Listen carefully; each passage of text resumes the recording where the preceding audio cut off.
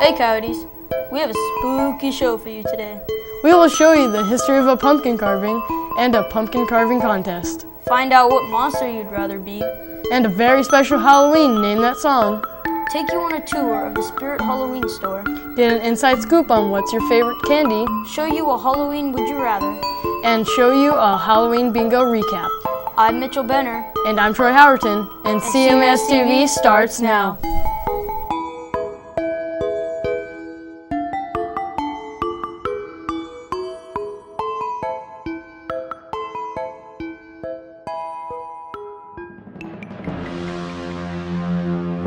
I like chocolate covered peanuts because they remind me of Superman. My favorite candy is sugar sticks. My favorite candy is Warheads. My favorite candy is Butterfingers. My favorite candy is Warheads.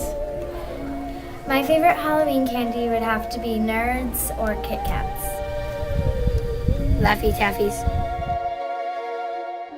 You guys need a Halloween costume? Because the Spirit store has it all. Well, let's get to it. We found the manager of the store, and we're going to ask him some questions. What are the challenges of setting up the store every year? Well, the challenges of setting up the store is finding a location, making sure you have all of the necessary equipment and fixtures, and then of course stocking the store, making it look nice. What are the most popular Halloween costumes this year? This year for girls it's going to be Elsa from Frozen. For boys, really just depends. The superheroes did really well this year. And what are the new costumes this year? We got a couple of different ones. The Walking Dead. We have Guardians of the Galaxy. A lot of the different Sons of Anarchy stuff is new. And a lot of the adult women's costumes are new with the horror for zombies. Have a scary Halloween, Coyotes. Now back to the anchors. Hi, I'm Carson Lane with a Halloween version of Name That Song. It's close to midnight. Something evil's lurking in the dark. Under the moon. If you thought it was Thriller by Michael Jackson, you're correct.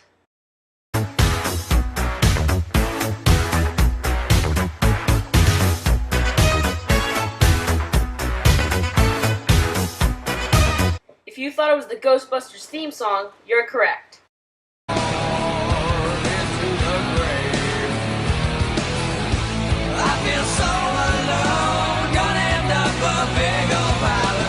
If you thought it was Them Bones by Alice in Chains, you're correct. Would you like to see something strange? Come with us and you will see. It's our town of Halloween. If you thought it was This Is Halloween from The Nightmare Before Christmas, you're correct.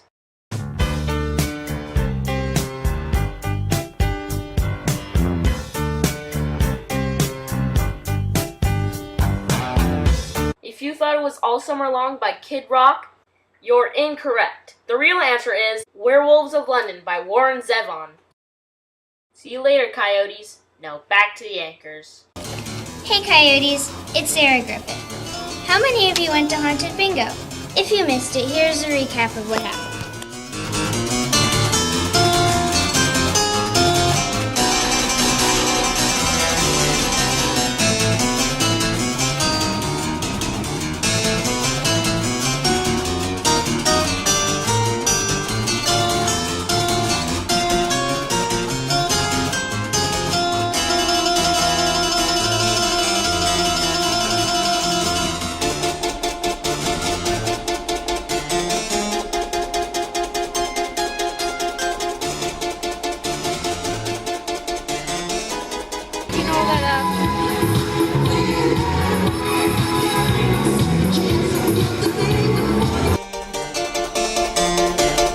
Happy Halloween, Coyotes! This is Sarah Griffith reporting for CMSTV.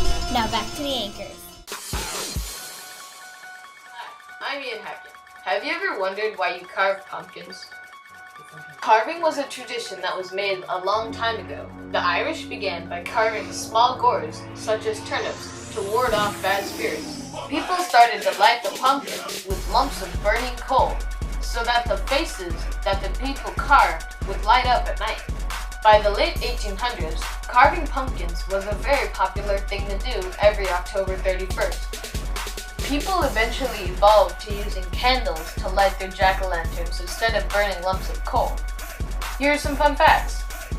Jack-o'-lanterns are called jack-o'-lanterns for a reason.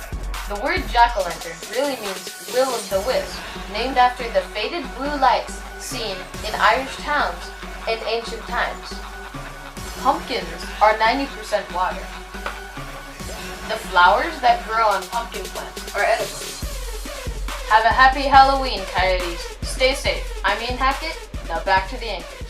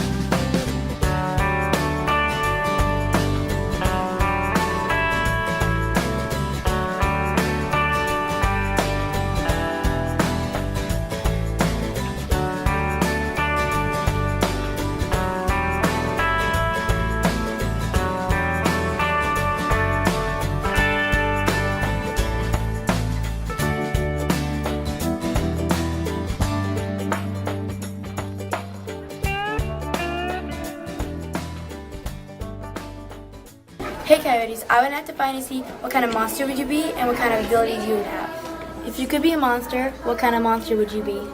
I'd probably be like a Sith monster, well, like a Sith from Star Wars, and then a monster just like in regular society. You combine them and I have like awesome powers like... A ghost that could shapeshift. I would be Hunter Milliman. If I could be any monster, I would probably be a jumbo chicken, and my ability would be to lay a lot of big eggs and also eat a lot of mealworms. I would be a shapeshifter because they can change into pretty much anything, and I would like change into a famous person and be able to get into like cool places or somebody's worst fear, and then I could like scare them a lot, which would be fun. Thanks, Coyotes. Now back to the anchors. Hope you enjoyed the show. And remember, stay safe when you're trick-or-treating. Have a happy Halloween. And now, to end off the show, Kelly will read the proclamation of Red Ribbon Week. ASB recently went to City Hall to get the proclamation for our school. Red Ribbon Week, Calvert Hills Middle School, October 27th through 31st, 2014. Whereas the Carlsbad City Council has made a strong commitment to alcohol, tobacco, and other drug prevention, education, and activities. And whereas we recognize the overwhelming financial burden to society of alcohol, tobacco, and other drug use. And whereas we recognize the impact of addiction, poor health on our citizens, their families, and friends. And whereas we recognize that alcohol, tobacco, and other drug use can bring alienation, academic failure, violence, and hopelessness to the youth of Carlsbad.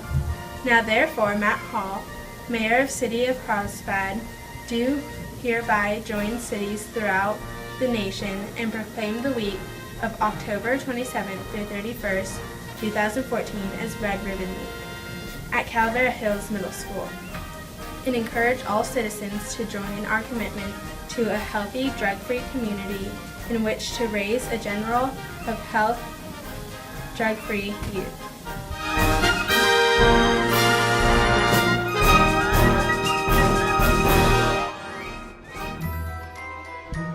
Halloween can be fun and exciting, and to keep it safe, the City of Carlsbad Police Department has some important tips for kids and parents. Hi, I'm Jody Sasway, the Crime Prevention Specialist for the City of Carlsbad's Police Department. Each year on October 31st, Carlsbad's children set out for an evening of fun and adventure. This year, why not consider alternatives like a Halloween party or fair? But if you still choose to go trick-or-treating, here are some safety tips. First, choose flame-resistant, comfortable costumes and shoes that won't cause tripping. Use makeup instead of masks so you can see. Avoid dark color clothing and use reflective tape or light sticks so you can be seen. Don't go trick-or-treating alone. Always stay with an adult and in groups. Stay where you are familiar in your own neighborhood and start early in the evening while it's light. Make sure you bring a flashlight or a light stick and always carry your cell phone. Watch out for traffic, walk on sidewalks, and don't dart into the street. Only cross the street at corners obeying traffic rules. Stay in well-lit areas and don't go to dark, unlit houses. Never go inside a home or car for treats. Be careful near open flames or candles. Parents should inspect all treats before kids are allowed to eat them. Throw away anything that is open or not in its original package. At home, leave your exterior light on for trick-or-treaters and remove anything that could be a tripping, slipping, or fire hazard.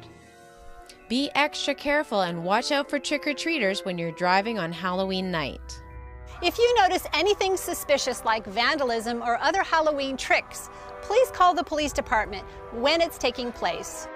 Thanks for your help, and we at the Carlsbad Police Department hope that you have a happy and safe Halloween!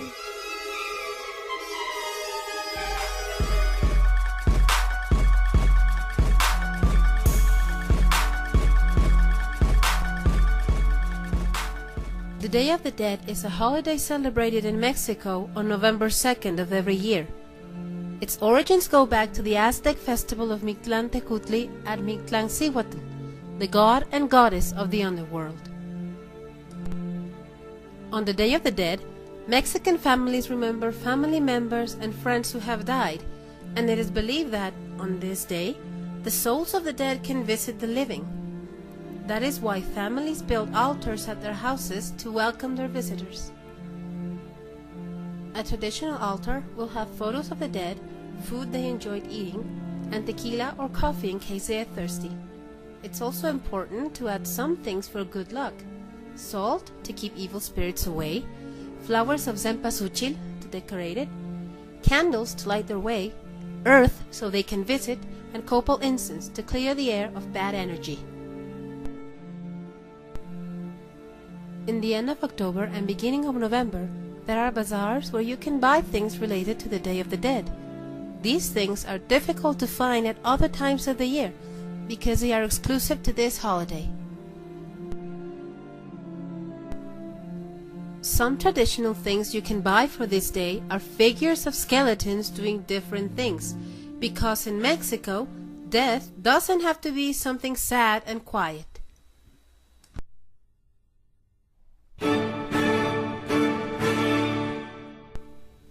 There are also many types of candy, but the most traditional one is the candy skull. Candy skulls are made with sugar paste and decorated with different colors, and children often buy them to give their friends.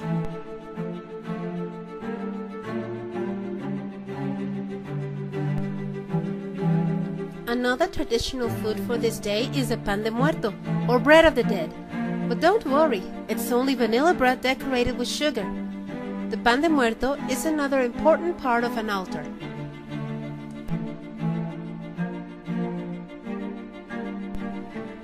In many places in Mexico, the Day of the Dead comes with a big festival where people dance, eat, and celebrate.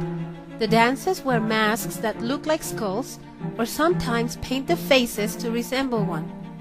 A band of musicians plays in the streets downtown, while other people follow, singing and dancing. The most important figure for the Day of the Dead is the Catrina, the skeleton of a rich woman from old times.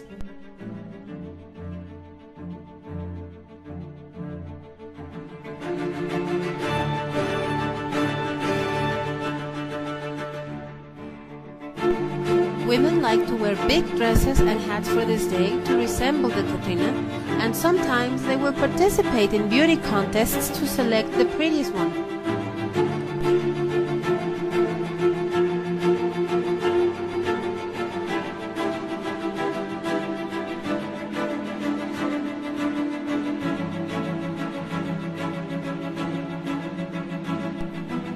The Day of the Dead is one of the most important celebrations in Mexico and one of our oldest traditions.